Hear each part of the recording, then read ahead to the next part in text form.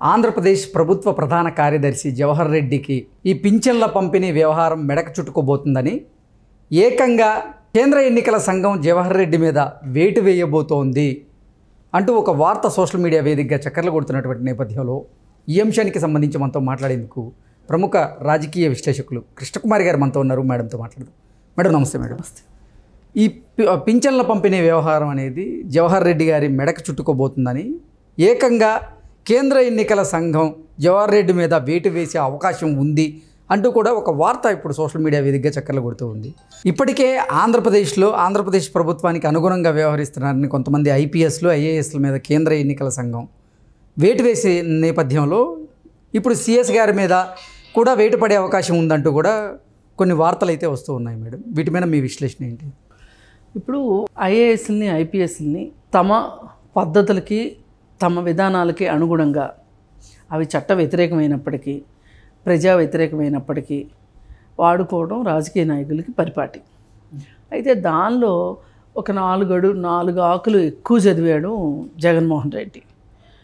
జగన్మోహన్ రెడ్డి దగ్గర పనిచేసిన ఐఏఎస్ ఐపీఎస్లు ఎవరూ కూడా సర్వీస్లో ఉండగా కానీ ఒకవేళ రిటైర్ అయినా కానీ ప్రశాంతంగా ఉండలేరు అనడానికి చాలా ఉదాహరణలు ఉన్నాయి. శ్రీలక్ష్మి ఉంది, ఐఏఎస్. ఆమె పరిస్థితి ఏంటి? అలాగే ఇంకా కొంతమంది ఐఏఎస్లు ఐపీఎస్లుని మనం మర్చిపోయాం. ఇంకా శ్రీలక్ష్మి సర్వీస్లో ఉంది కాబట్టి మనము అడపాదడపా ఇప్పుడు ఆమె కోర్టుకి వెళ్ళి రావటం ఇవన్నీ జరుగుతున్నాయి కాబట్టి ఆమె ఎక్కువ పేరు వినిపిస్తుంది. కానీ ఆమె కాకుండా ఇంకా చాలామంది పాత రోజుల్లో 12 ఏళ్ల క్రితం 13 ఏళ్ల క్రితం ఆయన ఆర్థిక అరాచకత్వాల్లోకి బలైపోయిన వాళ్ళని కూడా మనం చూసాం. ఇప్పుడు సర్వీస్లో ఉన్న అదే పరిస్థితి అవుతుంది. ఇప్పుడు ఎల్వి సుబ్రహ్మణ్యం గారు రిటైర్ అయ్యారు. రిటైర్ అయిన తర్వాత ఆయన బాధలు ఆయన కొన్ని ఇంటర్వ్యూల రూపంలో ఇచ్చినప్పుడు చాలా బాధ అనిపించింది. ఎందుకంటే చాలా సిన్సియర్ ఆఫీసర్ ఎల్వి సుబ్రహ్మణ్యం గారు. చాలామంది ఐఏఎస్లు ఐపీఎస్లకి బోల్డ్ ఆస్తులు సంపాదించుకున్నారు. వాళ్ళ ఆస్తులు సంపాదించుకోవడం అంటే అక్రమ ఆస్తులే, అందులో మనం రెండో మాట అనడానికి లేదు. అలా లేకుండా ఆయన చాలా సింపుల్గా రిటైర్ అయ్యారు. రిటైర్ అయిన తర్వాత చాలా సాధారణ జీవితం గడుపుతున్నారు. అయితే ఆయన సీఎస్గా ఉన్న సందర్భంలో ఒక 4-5 విషయాల్లో జగన్మోహన్ రెడ్డికి ఏదో సలహా చెప్పపోతే అవన్నీ మీకు ఎందుకండి అని కాసేపు, అవన్నీ మీకు అవసరమా అని కాసేపు, అంతా మా వాళ్ళు చూసుకుంటారని ఇంకాసేపు, ఆయన వ్యవస్థను ఎట్లా తయారు చేశాడంటే జగన్మోహన్ రెడ్డి ఐఏఎస్లకి ఐపీఎస్లకి ఈ ప్రభుత్వ సలహాదారులు అనేవాళ్ళు ఉన్నారు చూసారా, వాళ్ళకి డైరెక్ట్ లింక్ పెట్టేశాడు. ఏదున్నా మా వాళ్ళు మాట్లాడతారు అంటాం. ఏదున్నా మా వాళ్ళు మాట్లాడతారు అంటంలో అర్థం ఇది. వాళ్ళు చెప్తారు ఏదున్నా వాళ్ళకి ఇలా చేయాలి అలా చేయాలి అని. మంత్రులు చెప్పరు, ఎమ్మెల్యేలు చెప్పరు, ఈయన చెప్పడు, సలహాదారులు చూసుకుంటారు. అందుకే అంత అధ్వానంగా తయారైంది ఆంధ్రప్రదేశ్. ఆయన ఇంటర్వ్యూల్లో ఆయన పడిన బాధ, ఏంటి ఇలా అయిపోతుంది, ఎందుకు ఇలా అయిపోతుంది అని ఆయన బాధపడటం. ఆ తర్వాత ఆయన తనకి లొంగలేదని ఆయనకి రిటైర్మెంట్ తర్వాత ఏ పదవి ఇవ్వాల. జనరల్గా ఏంటంటే వాళ్ళు రిటైర్ అయ్యే టైంకి గనక వాళ్ళకి అనుగుణంగా వీళ్ళకి నచ్చిన వాళ్ళు, అది రాజకీయ నాయకులు ఉన్నారనుకోండి, ఆ రాజకీయ నాయకులు వీళ్ళకి ఒక పునరావాసం కల్పిస్తారు. రిటైర్మెంట్ అయినా పాపం వాళ్ళ మీద ఎంత బాధో వాళ్ళకి. ఒక నిరుద్యోగికి ఉద్యోగం ఇద్దామనే దాని మీద లేని శ్రద్ధ, వాళ్ళకి ఇష్టమైన ఒక IAS officer IPS officer retire అయితే వాళ్ళకి ఎక్స్టెన్షన్స్ మీద ఎక్స్టెన్షన్స్. ఇప్పుడు చూసాం కదా, ప్రభాకర్ రావుకి ఎక్స్టెన్షన్ చేసి కేసీఆర్ ఫోన్ ట్యాపింగ్ ఎట్లా చేయించుకున్నాడో అక్కడ కూడా అంతే. ఎక్స్టెన్షన్స్ వాళ్ళకి కావాల్సిన వాళ్ళకి ఇచ్చుకోవటాలు, వాళ్ళతో గాడి చాకరీ కుక్క చాకరీ చేయించుకోవటాలు. వాళ్ళు ఏంటంటే మాకు రిటైర్ అయిపోతే వీళ్ళకి ఎలా ఉంటుందంటే ఇన్ని సంవత్సరాలు పదవులను అనుభవించిన తర్వాత ఒక రాజస్వం ఇవన్నీ ఉంటాయి కదా. ఎంతైనా ఐఏఎస్ ఐపీఎస్ అంటే వాళ్ళకి సొసైటీలో వాళ్ళకి ఆ లూప్ లైన్లోకి వెళ్తేనే తట్టుకోలేరు వాళ్ళు. అవును. అలాంటిది వాళ్ళు రిటైర్ అయిపోయిన తర్వాత తట్టుకోలేరు. కానీ రిటైర్ అయిన తర్వాత కూడా వీళ్ళకి పోస్టులు ఇచ్చేసరికి వీళ్ళబ్బా మా కోసం ఇంత చేశాడు, వీళ్ళని ఏమైనా ఎక్కడికో తీసుకెళ్లాలని వాళ్ళు అనుకోవడం, ఇదంతా మామూలుగా జరుగుతున్న పరిస్థితి. ఈ పరిస్థితుల్లో జవహర్ రెడ్డి ఒకే సామాజిక వర్గం కావటం ఒక విషయం. రెండోది, అంతకుముందు ఎల్వి సుబ్రహ్మణ్యాన్ని ఏ విధంగా శంకరగిరి మాన్యాలు పట్టించింది అంటే ఆయనకి ఏమీ అసలు ఆయన సొంతగా తీసుకున్న నిర్ణయం ఏమీ లేకోకుండా ఆయన ఒక ఉత్సవ విగ్రహంలా చేసి వీళ్ళు నడిపించుకున్నది తెలిసిందే, అందరికీ తెలిసిందే. ఆయన కూడా ఆయన బాధ ఆయన చెప్పుకున్నారు కూడా.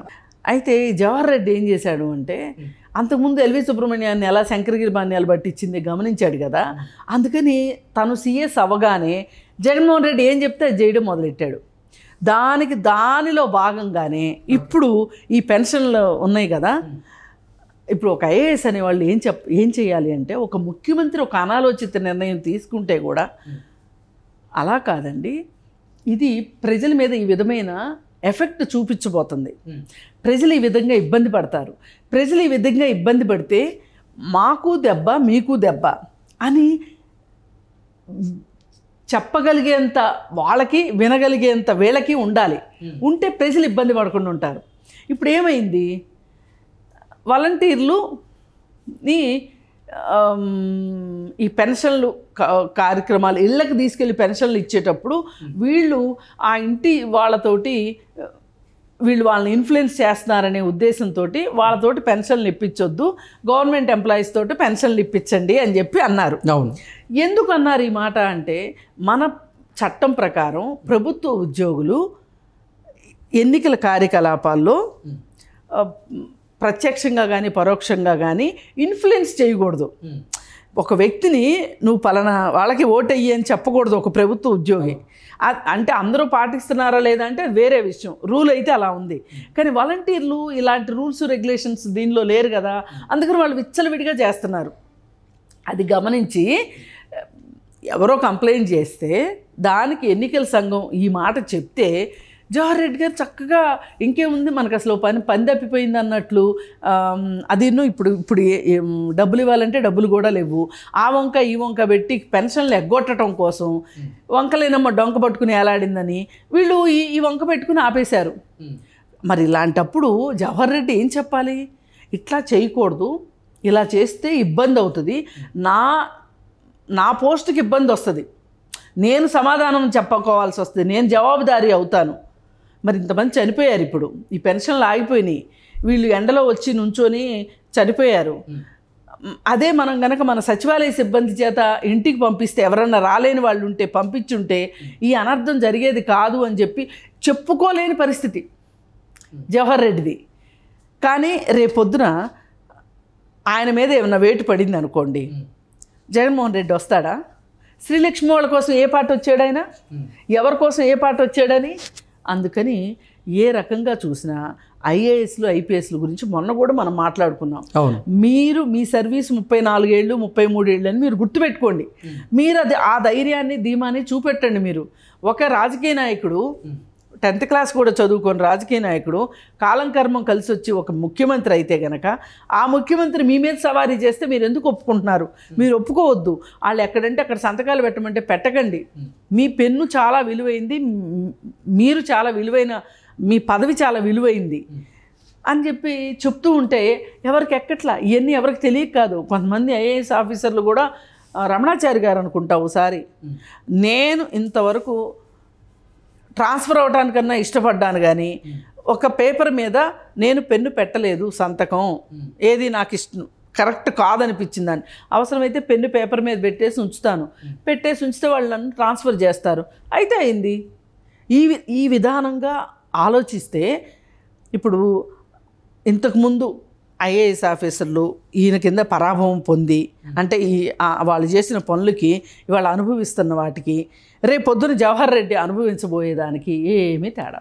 ఓకే, కేవలం జవహర్ రెడ్డి మీద కాదు, ఆంధ్రప్రదేశ్ ప్రభుత్వానికి అనుకూలంగా వ్యవహరిస్తున్నటువంటి మరికొంతమంది ఐఏఎస్లు ఐపీఎస్ల మీద కూడా కేంద్ర ఎన్నికల సంఘం వేటు వేయబోతోంది.